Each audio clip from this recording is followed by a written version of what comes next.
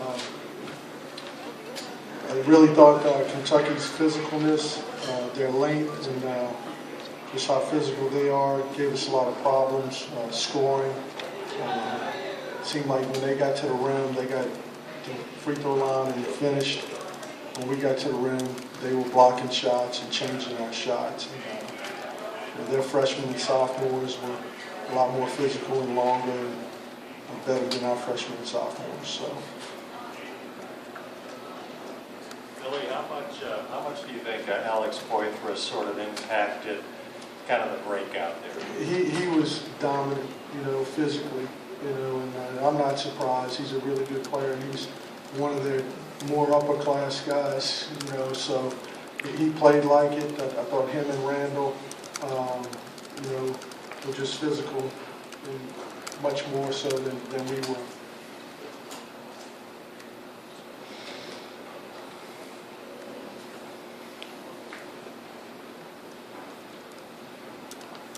How much did just Kentucky's depth and ability to run guys off the bench throughout the entire game kind of wear your guys down and contribute to it? Yeah, we're not a very deep team, but I thought their depth wore us down, and really more so they're just bigger and stronger, at every position, and I thought that wore us down more than anything. Alex Caruso battled,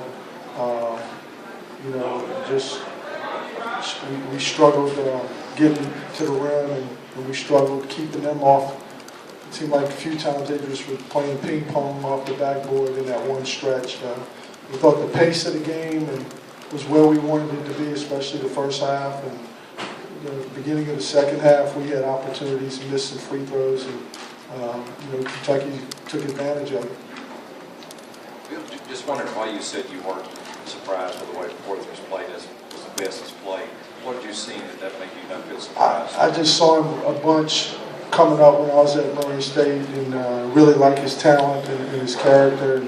And, these kids are, Kentucky's kids are young. And I don't think people we take that into. They're talented, extremely talented, but they're young. They're learning how to play hard. Their bodies are they're gifted bodies, but they're maturing.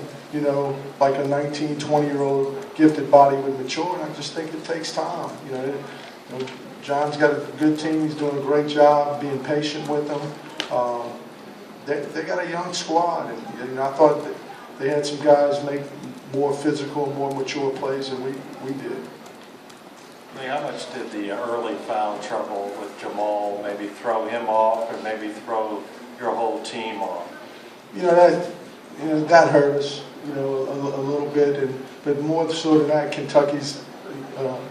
He made the first three, and then I think they knew that he was capable of scoring. They did a great job defending him and challenged things, and they blocked shots that other teams he's played against weren't able to block. They challenged shots that we haven't played anybody else that could challenge the way they did, and that's a tribute to them. Billy, was there ever a turning point in that second half, like a sequence that they, kind of stepped up, or did they just beat you to the finish line at the end? It was a 10-point game, and then it got up to 13 or 14, and from there, we were worn down. They just physically wore us down, and, with their depth and just with their athleticism and size.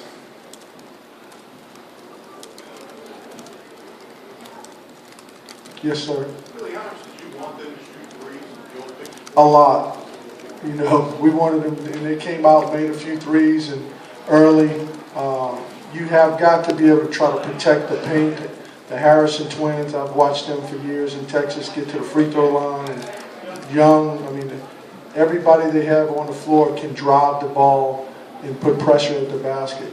And, so we wanted to pack the paint and keep it tight and hope they miss shots. And I thought that worked for a while, but they just wore us down by continually driving the ball and getting to the free throw line. They shot 27 free throws, and they did a good job of attacking the basket. When they missed, somebody tipped it in.